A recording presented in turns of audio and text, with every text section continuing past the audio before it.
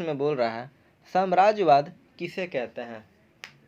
10 number में पूछ रहा है बच्चों, आत्मकथा एवं जीवनी के संबंध में अपने शिक्षक की सहायता से चर्चा करें, है ना।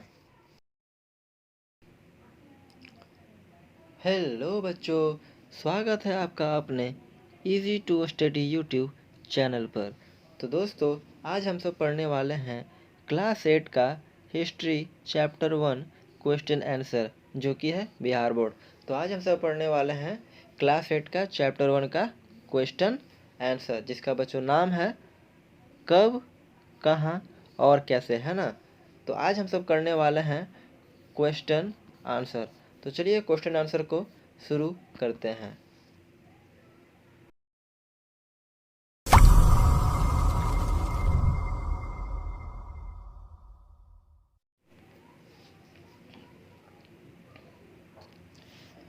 तो बच्चों, चलिए हम लोग शुरू करते हैं क्लास 8 का हिस्ट्री में पार्ट 1 कब, कहाँ और कैसे का प्रश्न उत्तर, है ना। तो प्रश्न उत्तर को पढ़ते हैं। तो पहला बोल रहा है पाठ गोत्र प्रश्नोत्तर। तो इसमें पहला प्रश्न है बच्चों, प्राचीन काल के मनुष्य में जिंदगी में आने वाले 5 मुख्य परिवर्तन क्या हो सकते हैं, ये पूछ रहा है ना। तो क्या इसका उत्तर होगा।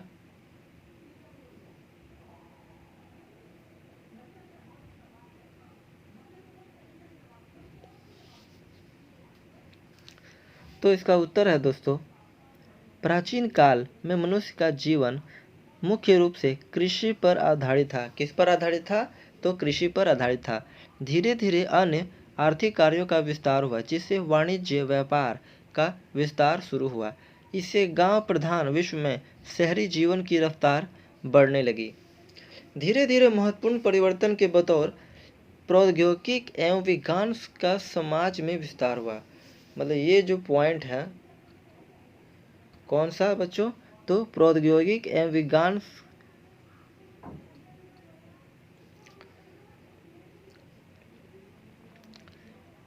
धीरे धीरे महत्वपूर्ण परिवर्तन के बतौर प्रौद्योगिकी एवं विज्ञान का समाज में विस्तार हुआ।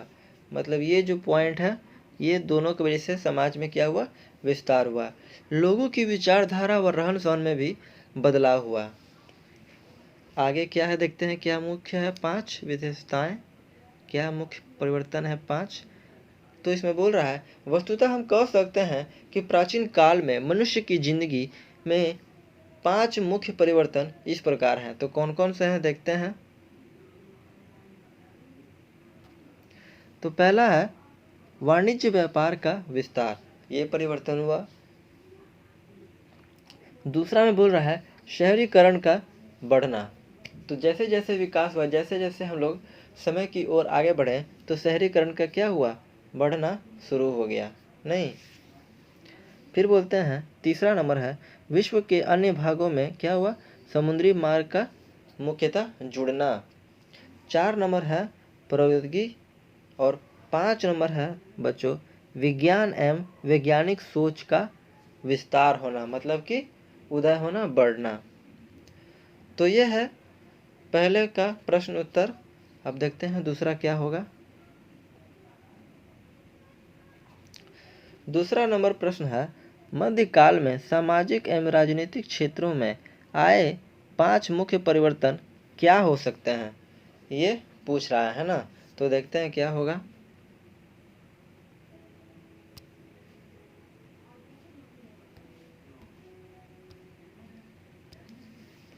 तो इसका उत्तर है मध्यकाल में सामाजिक एवं राजनीतिक क्षेत्रों में कई परिवर्तन दृष्टिगोचर होते हैं, मतलब आगे की सोच रखते हैं। इसमें बोल रहा है मध्ययुगीन आर्थिक जीवन के मुख्य रूप से कृषि पर आधारित है, पर कृषि के साथ इस युग में अन्य आर्थिक गतिविधियां बढ़ने लगी। इससे वाणिज्य व्यापार व शहरी जीवन का रफ्तार बढ़ने लगी। मतलब ये हो गया किसमें, मध्ययुगीन आर्थिक जीवन से। फिर क्या बोल रहा है खेतों की कुड़ाई के लिए फावड़ा या कुदाल की जगह हल का उपयोग होने से कृषि को कर्म को विकास मिला। मतलब कृषि के जो कर्म बोल रहा है, इसका मतलब हो गया कृषि से संबंधित कार्य, कृषि से संबंधित काम है, उसको क्या मिला? विकास मिला, मतलब कि अच्छा हुआ, बेहतर हो गया। आगे देखते हैं क्या है।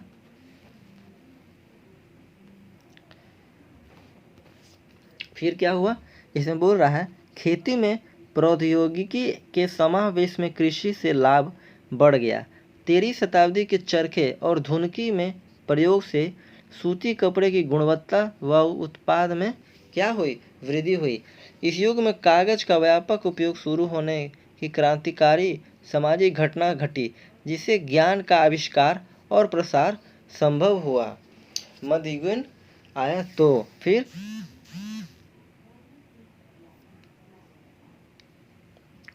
क्या बोल रहा है, समुद्री व्यापार में बढ़ोतरी हुई। फिर इससे नई विचारधारा और प्रौद्योगिकी का विश्व अन्य भागों में प्रसार संभव हुआ। विश्व के लोगों एक दूसरे के संपर्क के आने से हर जगह नए रीति रिवाज, पहनावा और खान पान में क्या हुए? परिवर्तन हुए, है ना। क्या हुए? तो परिवर्तन हुए। फिर क्या बोलता है, फिर बोल रहा है इन सामाजिक बदलाव ने राजनीतिक क्षेत्रों को भी गहरे प्रभावित किया। अन्य देशों में व्यापार करके जाने के बहाने प्रबल यूरोपीय शासक अन्य विश्व भूभाग पर जाने पर उपनिवेश बसाने लगे।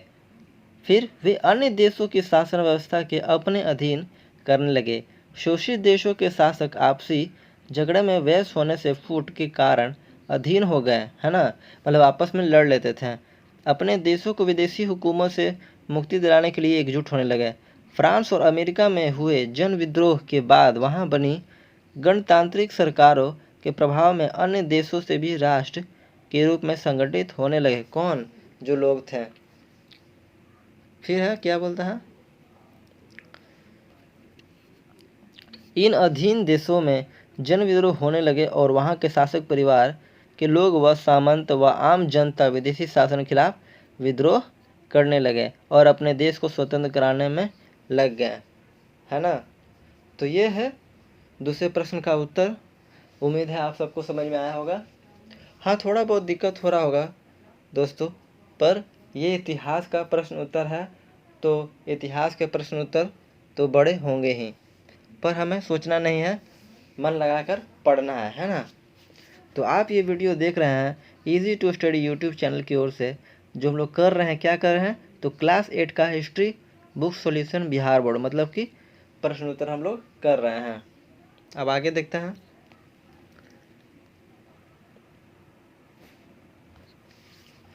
तीन नंबर प्रश्न में बोल रहा है साम्राज्यवाद किसे कहते हैं। तो मैंने पढ़ाते वक्त भी बताया था, तो इसका उत्तर ये होगा कि सैनिकों के द्वारा तथा अन्य तरीकों, मतलब कि सैनिकों के द्वारा अथवा अन्य तरीकों से विदेशी भूभाग के प्रदेशों को अपने अधीन कर अपना राजनीतिक प्रभुत्व स्थापित करने की ही समाजवाद कहते हैं। तो जो अंग्रेज थे वो तो विदेशी थे, पर हम लोग के देश में आ गए थे, है ना, हम लोग के भारत देश में आ गए थे ना, तो वो हम लोग पे क्या कर लिए थे, साम्राज्यवाद कर लिए थे स्थापित, नहीं। अब देखते हैं अगला क्या है उत्तर, माफ कीजिएगा, अगला प्रश्न क्या है। तो 4 नंबर प्रश्न में बोल रहा है अत्याचार और शोषण के शिकार हमारे देश में किस प्रकार की सरकार है, उसके नीति विदेशक सिद्धांतों पर चर्चा करें, है ना। तो इसका उत्तर क्या होगा, हमारे देश में वैसी राज्य सरकारें अत्याचार और शोषण की शिकार हैं जो केंद्र में बनी हैं।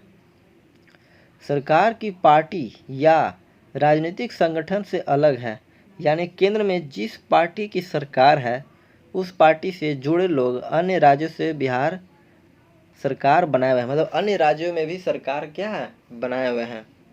तो उनको तो सारी सुविधाएं मिलती हैं, पर जिन राज्यों में केंद्र में सरकार बनाए पार्टी से अलग दल की सरकार है, तो उसे केंद्र अत्याचार और शोषण का शिकार बनाता है, नहीं। और क्या होगा, ऐसा राजनीतिक प्रतिबद्धता के कारण जिसे देश के वह हिस्से और उन राज्यों की दशा खराब होने लगती है, वैसे हर राज्य के मुख्य नीति निर्देशक सिद्धांत जनता को बेहतर शासन देने के संबंधित होता है ना। तो इसमें ये बोल रहा है कि जो केंद्र में है सरकार, वो जिन राज्यों पर उसका सरकार है वो तो बेहतर ढंग से चल रही है, लेकिन जिन राज्यों में केंद्र सरकार का मतलब केंद्र में जो पार्टी है उसकी सरकार नहीं है, उसकी वो स्थिति क्या हुई, मतलब खराब किए हुए है ना। चलिए आगे देखते हैं।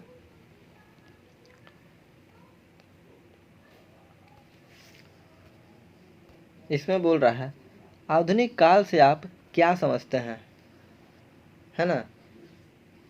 तो इसका उत्तर होगा 18वीं शताब्दी के उत्तरार्ध को 1750 ईस्वी के बाद आधुनिक काल का प्रारंभ माना जाता है। आधुनिक शब्द का इस्तेमाल जब समय के संदर्भ में किया जाता है तो इसका अर्थ अतीत का सबसे नज़दीक का हिस्सा होता है जो पिछले लगभग 300 वर्षों से संबंधित है। तो इसका उत्तर ये होगा। अब 6 नंबर प्रश्न में क्या बोल रहा है, क्या आप भारतीय इतिहास को समझने के इस तरीके से सहमत हैं, कक्षा में चर्चा कीजिए। तो कक्षा में आपको स्वयं चर्चा करना है, लेकिन मैं कर देता हूँ। तो बोलना है क्या, नहीं, मैं भारतीय इतिहास को समझने के इस तरीके से सहमत नहीं हूँ। क्यों नहीं है, तो बोल रहा है धर्म के आधार पर किसी भूभाग की शासन व्यवस्था, आम जनता का जीवन या वहाँ के इतिहास को समझने की कोशिश करना मेरी दृष्टि से, क्या बोल रहा है कि दृष्टि से किसी कालखंड को धर्मों के आधार पर बांटना मेरी दृष्टि से संकीर्ण विचारधारा है, मतलब कि गलत सोच है ना।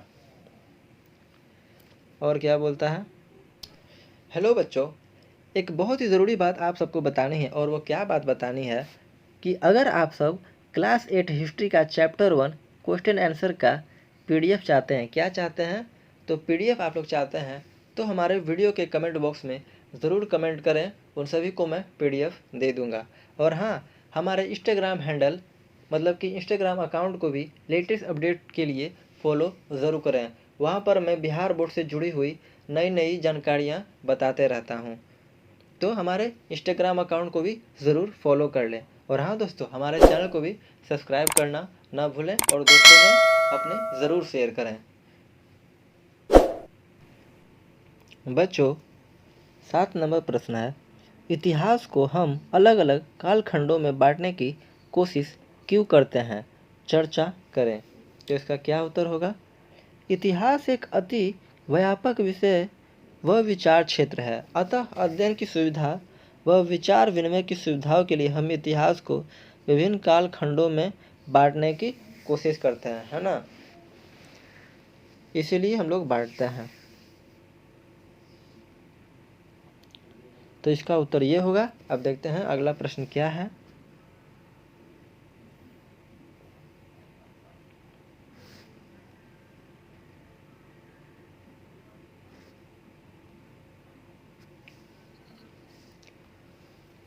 तो अगला प्रश्न है बच्चों, स्रोतों का स्मरण करते हुए विभिन्न तालिका को भरने का प्रयास करें, है ना। तो ये जो आप फोटो देख रहे हैं वो आप किताब में भी देखे होंगे बच्चों। तो मैंने इसका उत्तर लिखकर इसमें किया है, उम्मीद है आपको समझ में आएगा। तो जैसा कि है प्राचीन काल, है ना, तो इसमें पहले नंबर पर है शिलालेख। तो कौन सा काल चल रहा था, तो इसमें थे पांडुलिपि, है ना। फिर दूसरा में है चट्टाने, तो इसका हो जाएगा अभिलेख। तीसरे में है सिक्का, है ना, तो इसका कौन सा मध्यकाल हो जाएगा, तो मनी चेयर, मतलब कि लघु चित्र है नहीं। फिर 4 नंबर है ताम्रपत्र, क्या है, ताम्रपत्र है, तो इसका हो जाएगा साहित्य रचनाएं, क्या हो जाएगा, साहित्य हो जाएगा रचनाएं। 5वां है गुफा चित्र, है ना, प्राचीन काल में। तो कौन सा काल इसका चल रहा था, तो ऐतिहासिक लेखन, संस्मरण एवं यात्रा वृत्तांत। तो ये सब थे स्मरण तालिका भरने को हम लोग प्रयास किए। अब देखते हैं अगला प्रश्न क्या है।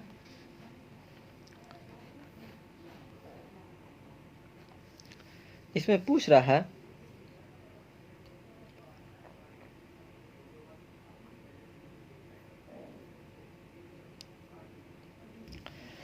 9 नंबर प्रश्न में पूछ रहा है आप अपने ज़िले के रिकॉर्ड रूम में जाकर अपने ज़िले से संबंधित क्या क्या जानकारी प्राप्त करना चाहेंगे, इन जानकारियों की एक सूची बनाएं, है ना। तो बहुत सी जानकारी को प्राप्त करना चाहिए, लेकिन कौन कौन सी जानकारी प्राप्त करेंगे उसकी एक सूची मैंने भी तैयार की है। तो इसका उत्तर मैं बताता हूँ आप सबको।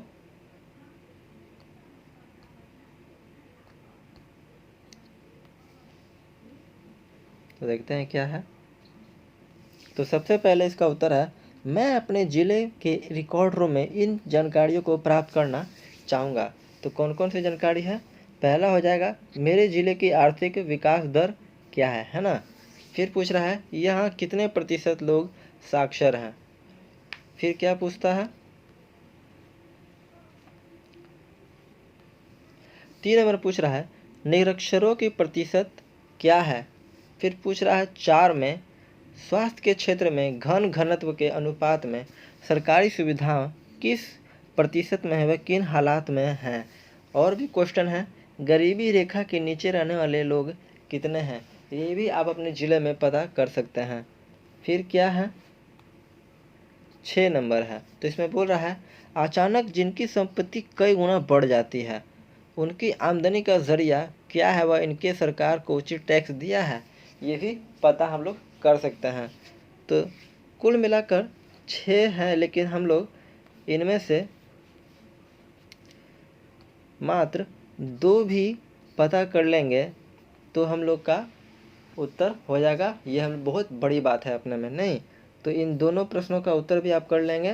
पूरे 6 प्रश्न का उत्तर करने का कोई ज़रूरत नहीं है, 2 ही कर लेंगे तो सही है। ठीक है, अब बढ़ते हैं आगे प्रश्न की ओर।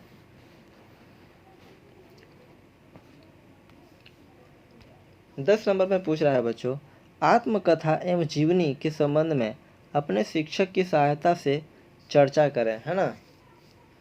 तो क्या बोल रहा है इसमें, इसका उत्तर होगा अपनी स्वयं की कथा लिखना जहाँ आत्मकथा कहलाती है, वहीं अन्य किसी व्यक्ति के जीवन की कथा संकलन मतलब कि जीवनी कहलाती है। क्या कहलाती है, जीवनी नहीं, क्या कहलाती है मतलब जीवनी कहलाती है। अगर हम खुद से लिखेंगे तो ये आत्मकथा होगा, और किसी दूसरे का जीवन का लिखेंगे तो ये जीवनी हो जाएगा, नहीं जीवनी हो जाएगा। तो आप हम लोग देख रहे हैं easy to study YouTube channel को, जो कि क्लास 8 हिस्ट्री क्वेश्चन आंसर कर रहे हैं। अभी तक हमने 1 से लेके 10 तक प्रश्न उत्तर किया है, और भी आगे करेंगे, लेकिन बहुत से प्रश्न उत्तर हैं दोस्तों जो कि एक वीडियो में संभव नहीं है। तो आगे का प्रश्न उत्तर हम लोग करेंगे इस वीडियो के अगले भाग में, मतलब कि नेक्स्ट वीडियो में। तब तक के लिए आप अगले वीडियो का वेट कीजिए और इस प्रश्न उत्तर को अच्छे से पढ़िए। तो मिलते हैं हम लोग अगले वीडियो में, तब तक के लिए पढ़ते रहिए और स्वस्थ रहिए।